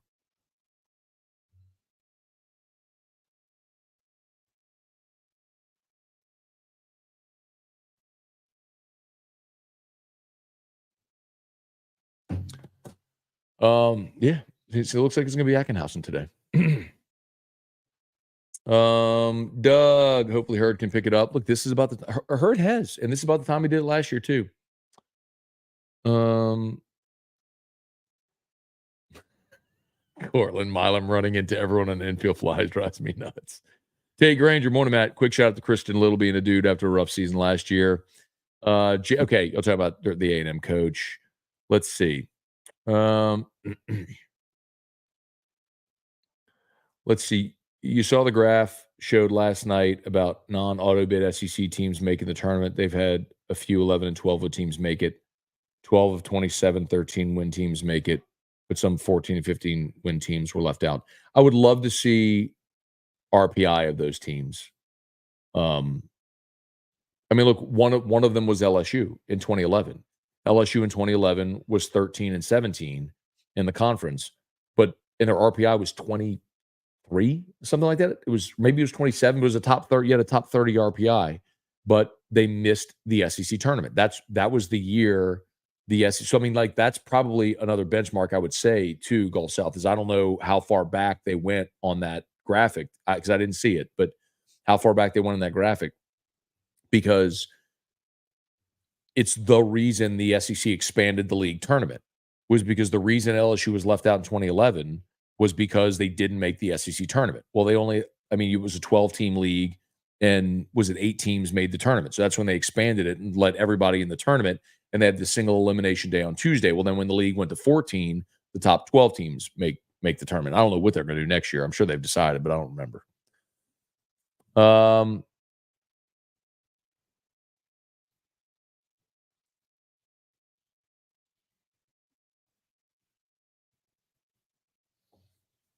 let's see. David Bass, what's good? Um, Matt's going straight to Jay for inside info. Huh? Um, I think Jay's awesome. Jay's been great to deal with. I mean, um, he is. I like that he's.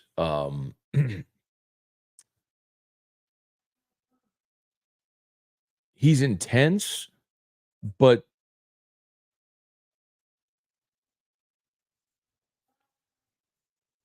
I think he does a good job of balancing honesty with also having respect for his players and coaches. I think he does a great job. I think Jay does a really. I think. I mean, he may think differently. I think he and I have a good professional relationship. Um,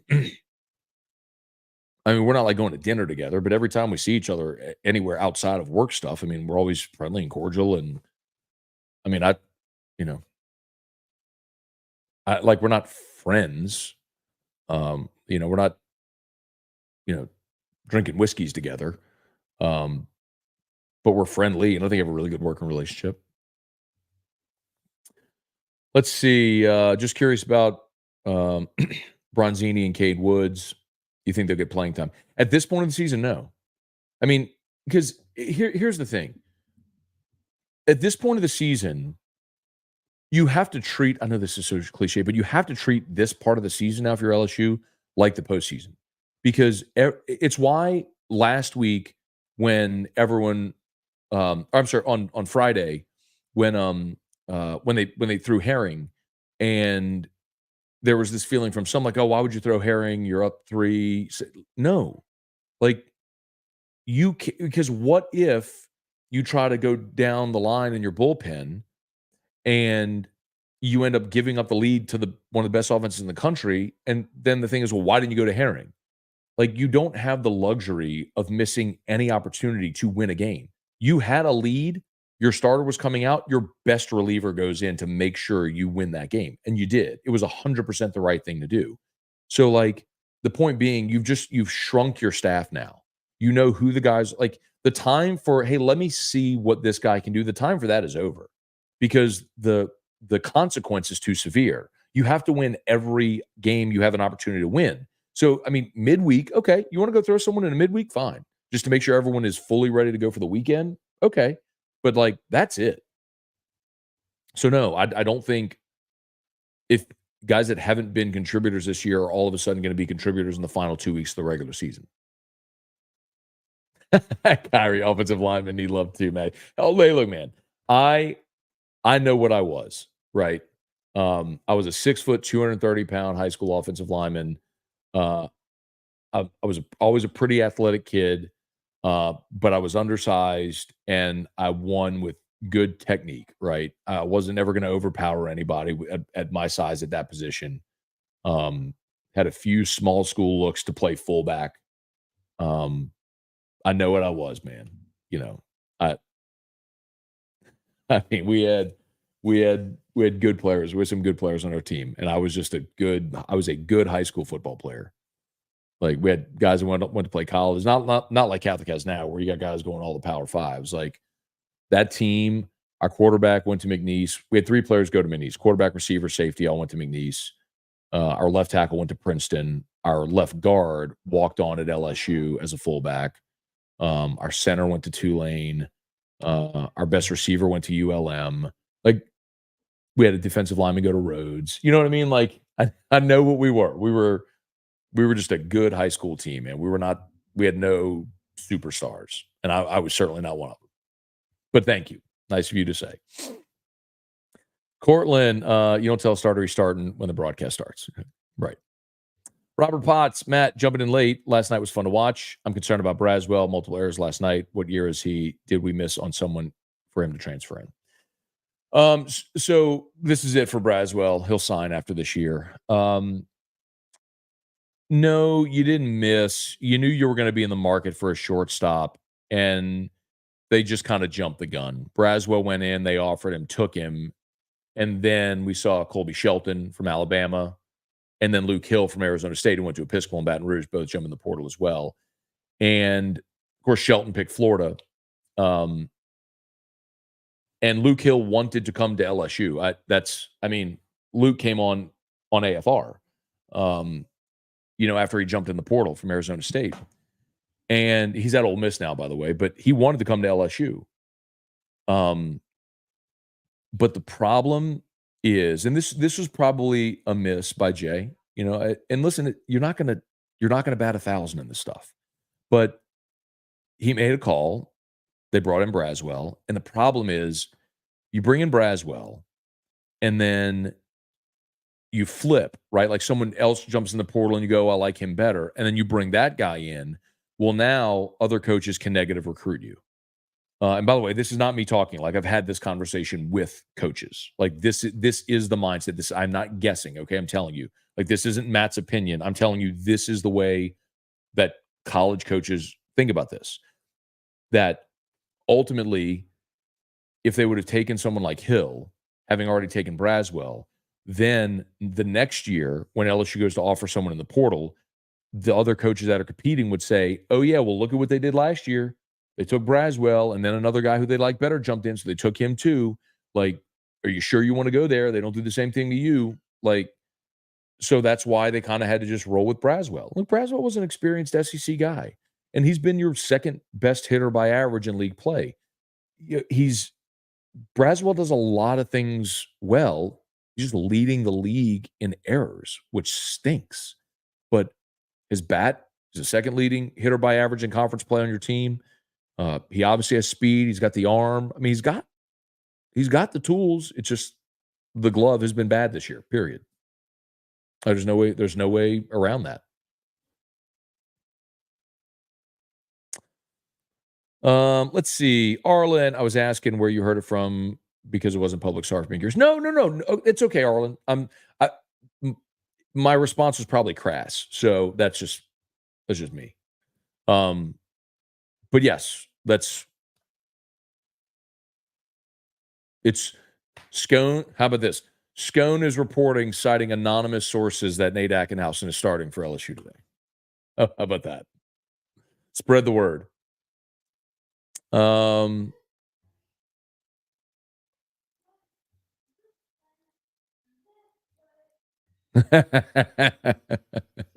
There wasn't much online video when Matt and I were in high school. Color TV was still a new thing.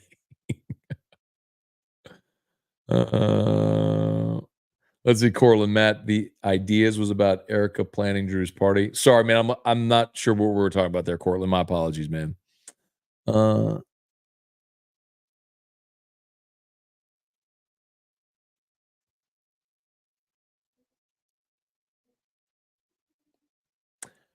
Austin's the carnivore diet has cured chronic inflammation, autoimmune pain for me, but it's a huge commitment. I don't want to force the idea on anyone. I don't think you're forcing anything. Like, I think carnivore, paleo, like getting to natural foods matters. That's one of the things I'm doing with the whole Gary Brecka thing we talked about a few weeks back. So, like, as we move along, I'll tell you how that's going from I started. I'm about 2 weeks in. to my supplement protocol and all that stuff with Gary Brecka's deal. So I'll, give me a month. I think they usually say give me like 10 weeks. So 2.5 months. I mean, I'll let y'all know how I'm feeling, but I'm ask Erica. I'm being everything from like I'm doing the the the Celtic sea salt that he recommends. I mean, I'm doing a scoop of salt every day, the mineral salt, the supplement protocol, the BCAA drink in the morning. Like I'm doing the whole deal. The one thing I'm not doing is I still like alcohol. So like last night I had 2 beers with dinner. Sue me. Um, Herring is the one. Thank you. That's what I was thinking of. That's it, Cloud Zach. You're right. It's Herring. It's Griffin Herring. Uh, Herring is the other draft eligible sophomore. Um,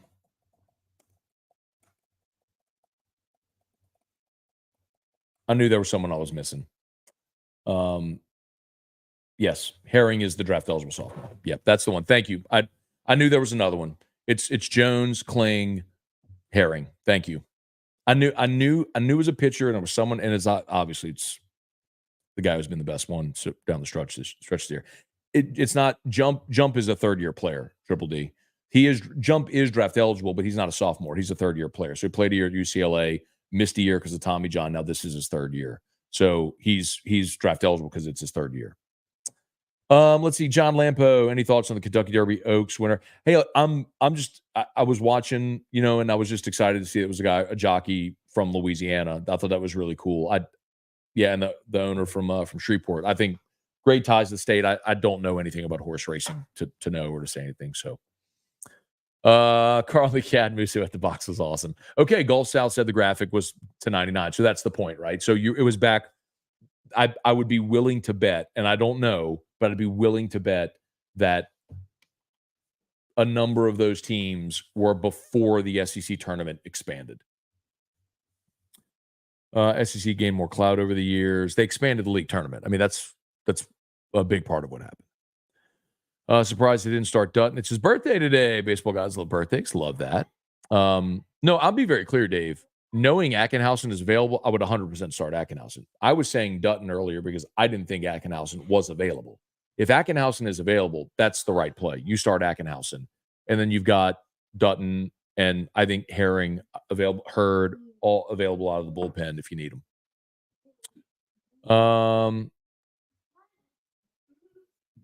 Kateri Poole to Houston. Interesting. Okay. Jonathan Martin, S. Kelly, LSU's RPI is 31. It was 44 at the start of the series. Cortland, LSU's already enough negative recruiting issues with crime in Baton Rouge. Let's see. Braswell will be a better outfielder. I don't know. Maybe. Get Braswell some Nike glasses. How about that with Little with the glasses? Did have a little Wild Thing feel to it, didn't it? Let's see.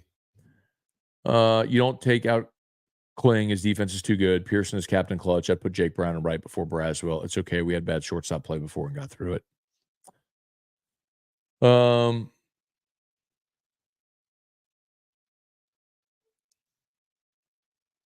Shelby. Scone, grammar question here. Okay. Is it a LSU player or an LSU player? I know it's A before words starting with the consonant, but these abbreviations have me spiraling. So both are acceptable, actually, Shelby, but the general rule is you would use A before a vowel.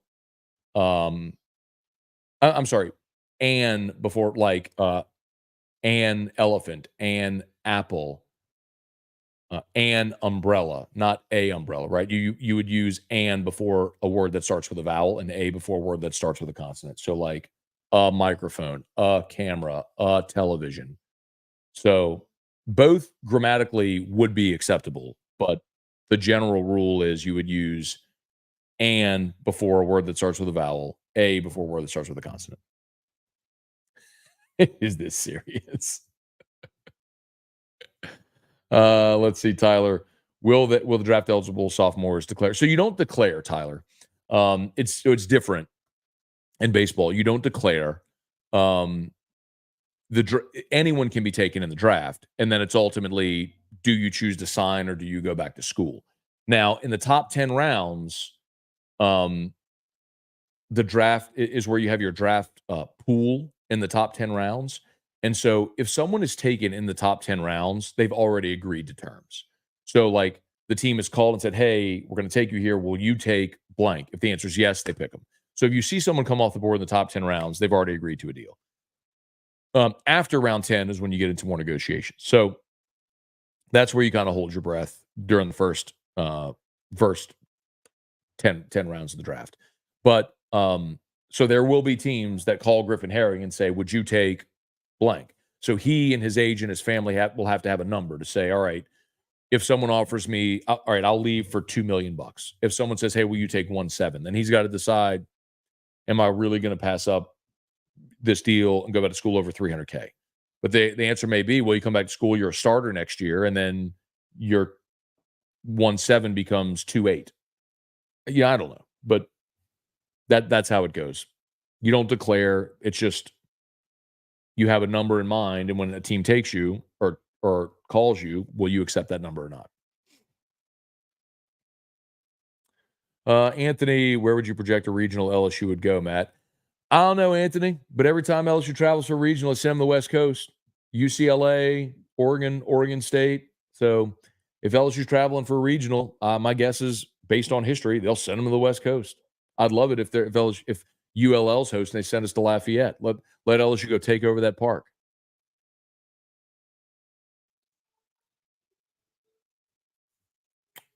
Let's see, Chris, is this series win enough to get in the tournament? No, not it's not this series alone, but this has put you my guess is so this coming week when you start to see the projections, LSU will be projected in the field, um, after this week because the assumption is gonna be, all right, well, you won a series against A&M, especially depending on what happens today now, right? So you're at 9 league wins now, so you're 9-14. Like, if you win today and you're 10-14 with 6 to go, and one of them is at home against Ole Miss, you win, you could potentially get to 14, 15 wins, and you're firmly in there going into Hoover, right? Um, but if you lose the next 2 weekends, then this series doesn't matter, right? If let's say you lose today and then you go 1-2 the next 2 weekends, including a series loss at home to Ole Miss, then you're out. Let's see. Ivan Kling is a great outfielder, horrible batter. Who in LSU's roster would be a good replacement at shortstop? Do we have anyone? So no. Your option would be you move Milo to short and you play Pearson at second. That would really be your option.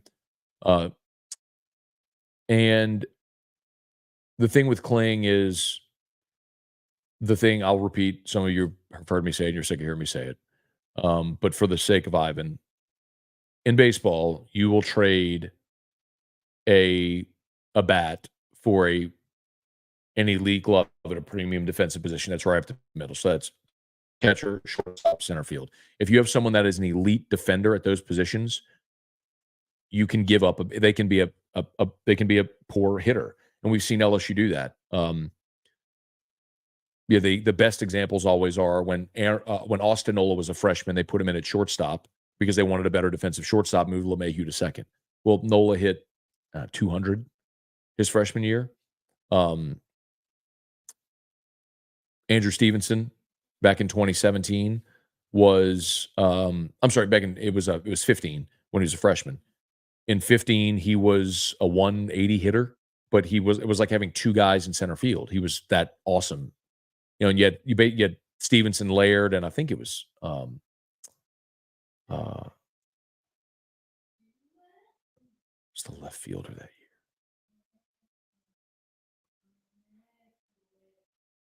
Was it Fraley?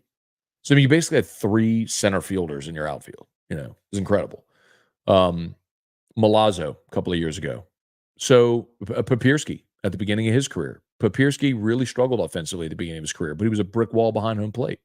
So um, anyway,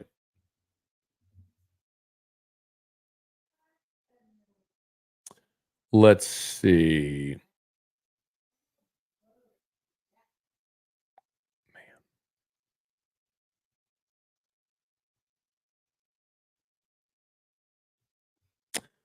All right, Debo. Just a couple more. I think you use an LSU because when the word sounds like a vowel, like an X-ray, for instance, X sounds like X. That makes sense. Like L would be like phonetically ELL. That makes sense. Right now, I know the basic rules. Just curious about abbreviations. Yes, this is very serious. Why not ask a scholar like yourself? So I understand. So you were saying like with LSU, what would you use? That makes sense. I think Debo's right. Like you're saying like an LSU baseball player, right? Oh, you would say and it's probably right because phonetically the consonant sounds like a vowel. That makes sense.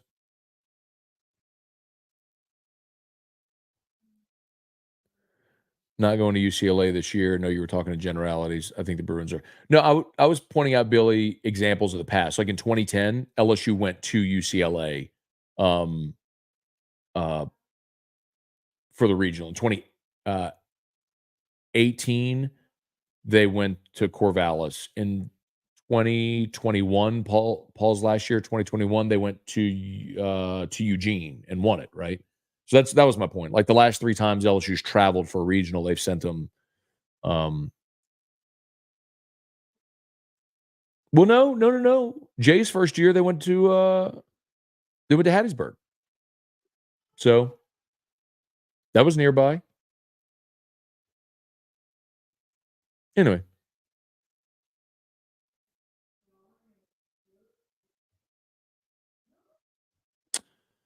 Oh, Matt, if Drew's up, can you ask him to sing happy birthday? I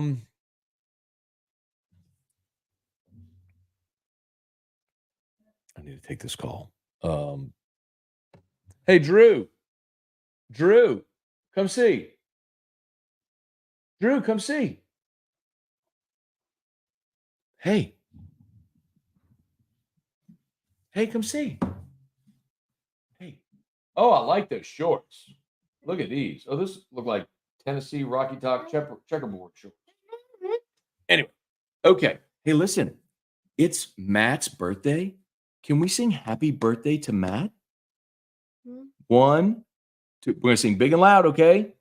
One, two, three.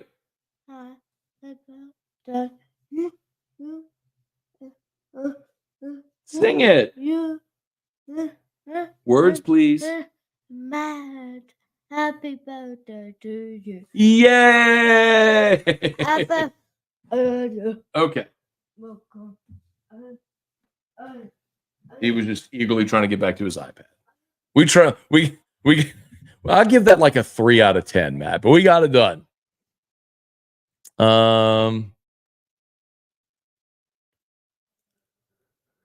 Let's see.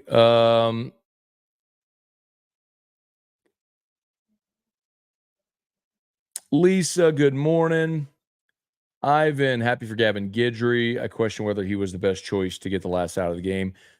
No, he was. It gave you the matchup you wanted, and obviously Gavin's slider, he'll tend to keep the ball down, and you didn't want a ball elevated, although he left one up and it got crushed. But Kling made a great play in center. I have no problem going to Gavin there.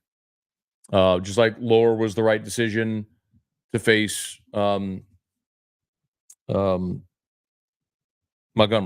because you turn Montgomery around to the right side.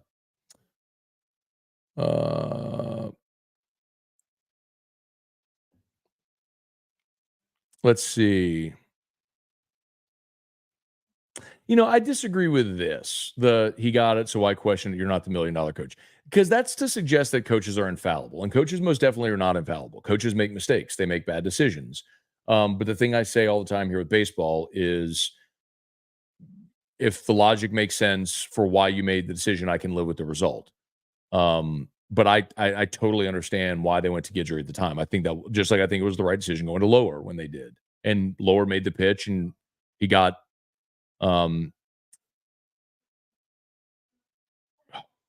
anyway, got him to roll over. That was Montgomery. He got Montgomery to roll over one to short, and Braswell booted it. So anyway, Brock, do you think with the St. George situation it hurts LSU's chance for a new arena from the city's financial share in the building of it? I have no idea. Literally zero clue.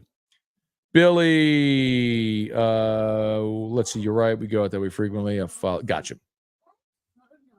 Who?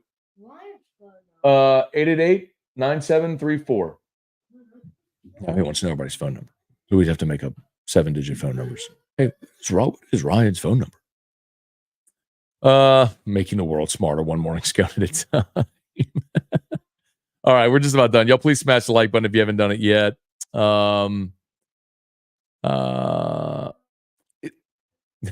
Ivan, 3 consecutive walks, no matter what Holman did afterwards, are unacceptable. Yeah, except that he threw up 4 straight zeros after that. So you stick with your guy. Ivan, you're on one today, man. Like, I don't know that you could possibly be more wrong. You have your ace on the mound, and he got you 4 scoreless innings after that. It was awesome. Kling may average 205, his on base percentage 395, right behind Milam. That's the point. And honestly, his average has come up 50 points during conference play during the last 6 weeks or so.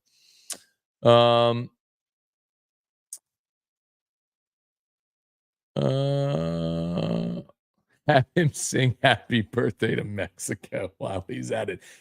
Cinco de Mayo is not Mexico's birthday, Shelby. Cinco de Mayo celebrates the victory of, what was it? Which war was it?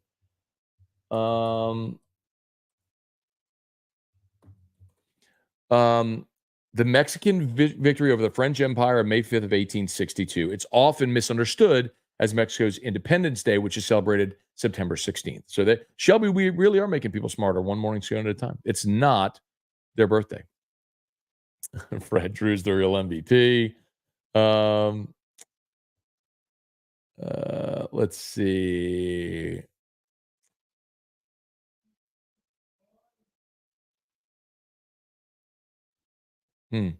Cortland said, I'm bitter. I've seen so much hate on Jay. Even when things go well, people find reasons to crap on Jay. I just think that's coaching in general, man. Jay is, everyone knows LSU's got a great coach in Jay Johnson. He's going to be the coach here for a long time and win a lot while he's here. The beginning of the season, the halfway point was unacceptable. Everybody knows, including Jay. And I can understand. What is Ryan's phone number? 555-8742.